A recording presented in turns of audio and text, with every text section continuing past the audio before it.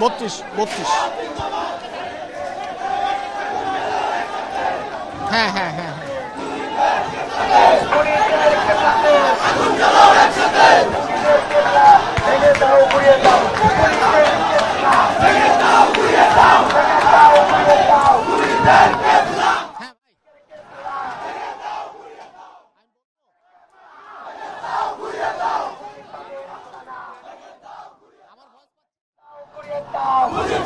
হ্যাঁ ঢুকে যান, আমরা রেডি আছি।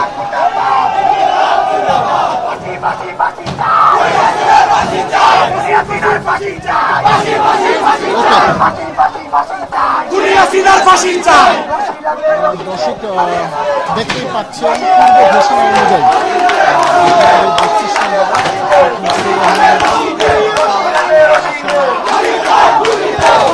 এই মুহূর্তে পূর্ব যে ঘোষণা ছিল যে ফ্যাসিবাদের আস্থান হিসেবে পরিচিত ধানমন্ডি 32 নম্বর, সেই 32 নম্বর কিন্তু ঘুরিয়ে দেওয়া হবে এবং মূলত সেই ঘোষণার প্রেক্ষিতে সকল পর্যায়ে জনসাধারণ আমরা দেখতে পাচ্ছি, বিশেষত শিক্ষার্থীরা তো জানেন যে জুলাই অভ্যুত্থানে যে হাজারো লাখো শিক্ষার্থীরা অংশ নিয়েছিল তাদের একটি বড় অংশ ধানমন্ডি 32 নম্বরের বাসভবনে প্রবেশ করেছেন এবং প্রবেশ করার পর যে যেভাবে পারছেন তাদের যে বিক্ষোভ অথবা তাদের যে বিক্ষুব্ধ অনুভূতি সেটা কিন্তু প্রকাশ করছেন। আপনারা জানেন যে যদিও যে ঘোষণা ছিল যে আওয়ামী লীগ সভাপতি শেখ হাসিনা ছাত্রলীগের পেজে একটি আজকে ভাষণ দিবেন, সেই ভাষণকে কেন্দ্র করে আবারও নতুনভাবে সারা দেশব্যাপী ফ্যাসিবাদ ছড়িয়ে পড়তে পারে, সেই ফ্যাসিবাদ যাতে আর কোনো রূপে বাংলাদেশে অথবা বাংলাদেশের রাজনীতিতে ফিরে না আসে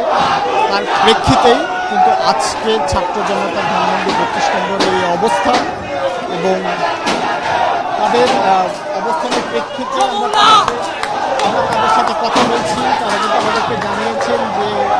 পূর্ব ঘোষণা অনুযায়ী রাত 9টায় থাকলেও তারা সন্ধ্যার পর থেকেই ধানমন্ডি 32 এবং তার আশেপাশে এসে জড়ো হতে শুরু করেছেন এবং তার প্রেক্ষিতেই কিন্তু এই যে বিক্ষিপ্ত যে এবং বিক্ষুব্ধ যে কার্যক্রম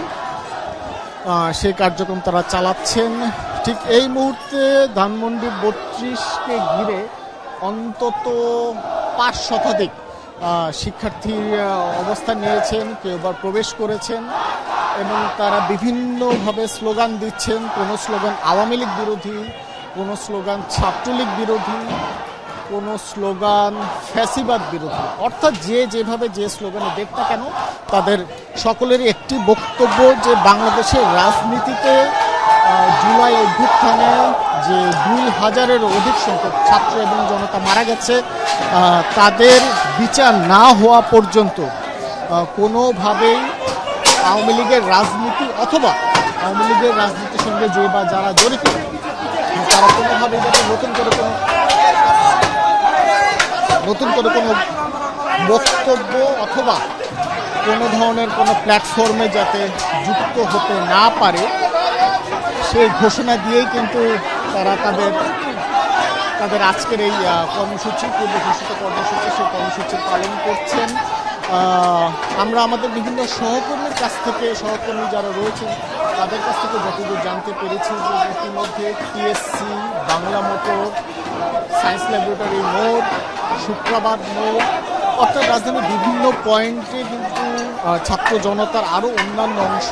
কিন্তু ইতিমধ্যে জড়ো হয়েছে এবং তারাও সমবেতভাবে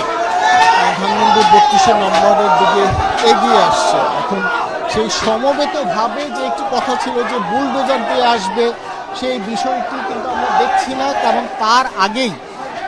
সর্বস্তরের মানুষের একটি বড় অংশ কিন্তু আমরা দেখতে পাচ্ছি আজকের এই কর্মসূচিতে তারা অংশ নিয়েছেন এবং অংশ নেওয়ার পরে আমরা তাদের সঙ্গে যখন কথা বলছিলাম তারা কিন্তু আমাদেরকে জানাচ্ছিলেন যে তাদের লক্ষ্য এবং উদ্দেশ্য একটি, ফ্যাসিবাদ যাতে আর কোনোভাবে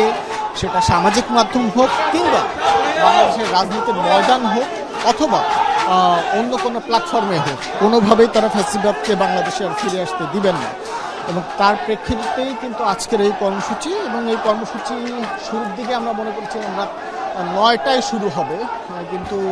9টা বাজতে এখনো বেশ সময় বাকি। তার আগেই কিন্তু এখানে সাধারণ মানুষ অংশ নিয়েছেন। কেউ কেউ এখান থেকে শুধুমাত্র দেখতে এসেছেন, তারা ফেসবুক লাইভে এই জায়গার যে ঘটনা, ধানমন্ডি 32 নম্বরের ঘটনা,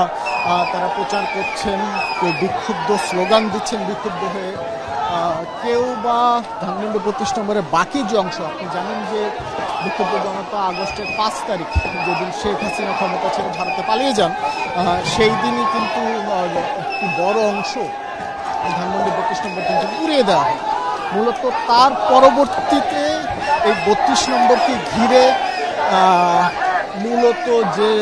আগুনের যে একটি ছোঁয়া, সেটা পুরোটাই কিন্তু আমরা 32 নম্বরের বাসভবন জুড়ে রয়েছে। এবং তারপরে যাতে একটি ইট না থাকে এই ধানমন্ডি 32 নম্বরে শেখ মুজিবের যে জাদুঘর, সেই জাদুঘরকে তা নিশ্চিত করতে কিন্তু বিপুল সংখ্যক শিক্ষার্থী অংশ নিয়েছেন। দেখতেই পাচ্ছেন ধানমন্ডি 32 নম্বরের যে মুরালটি রয়েছে,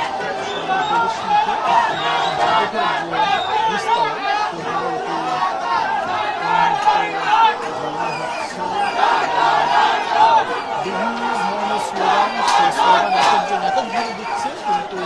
আমরা যদি সমবেতভাবে চিত্রকে বর্ণনা করতে চাই, তাহলে এই যে ছাত্র জনতার অবস্থা, সেই অবস্থা থেকে একটি ঘোষণা সামাজিক যোগাযোগ মাধ্যম অথবা রাজনৈতিক প্ল্যাটফর্ম কিংবা আন্তর্জাতিক যে কোনো জায়গা থেকেই ফেসিবাদের অন্যতম ক্রীড়ানক হিসেবে বাংলাদেশের রাজনীতিতে পরিচিত আওয়ামী লীগের স্থান কিন্তু হবে না। এই বিষয়টি নিশ্চিত করতে এবং ফেসিবাদকে সমূলে উৎপাদন করার জন্যই কিন্তু আজকের এই কার্যক্রম। আপনি দেখতে পাচ্ছেন অনেকে বাসা থেকে হাতুড়ি নিয়ে এসেছেন, হাতুড়ি নিয়ে এসে কিন্তু কার্যক্রম চালাচ্ছেন তাদের আজকের পূর্ব ঘোষণা কর্মসূচি অংশ হিসেবে। কেউ বাঁশ নিয়ে এসেছেন, কেউ সাবল নিয়ে এসেছেন। তবে একটি শঙ্কার কথা থেকেই যাচ্ছে যে